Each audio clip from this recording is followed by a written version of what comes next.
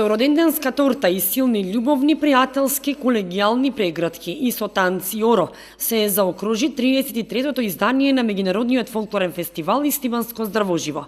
Фолклористите дефинитивно се фаворити на виничката публика. Плоштадот никогаш не бил исполнет со толкав број луѓе, кои со љубопитство го следеа настапот на сите учесници. Солидната бројка на членови во фолклорниот ансамбл Китка сама по себе повлекува публика од сите возрасти. Покрај родителите, тука се задолжително и бабите и дедовците да ги гледаат своите внуци, но и школските врсници се задолжителна подршка при вакви настани. Тука се и ветераните и не играат само пензионерите, туку и учесници од средните генерации, така што ансамблот Китка го множи членството и тоа е успешна мисија.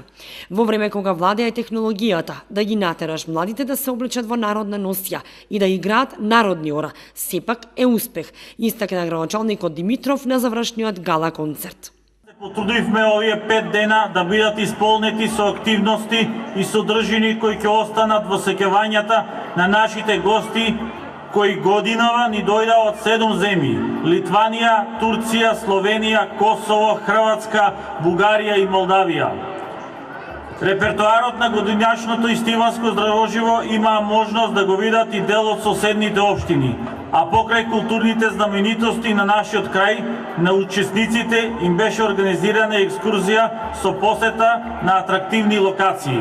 Позитивните вибрации и секако најголемата сатисфакција за мене лично е задоволството и насмевката кај оние млади и надежни следбеници на културното наследство и традиција.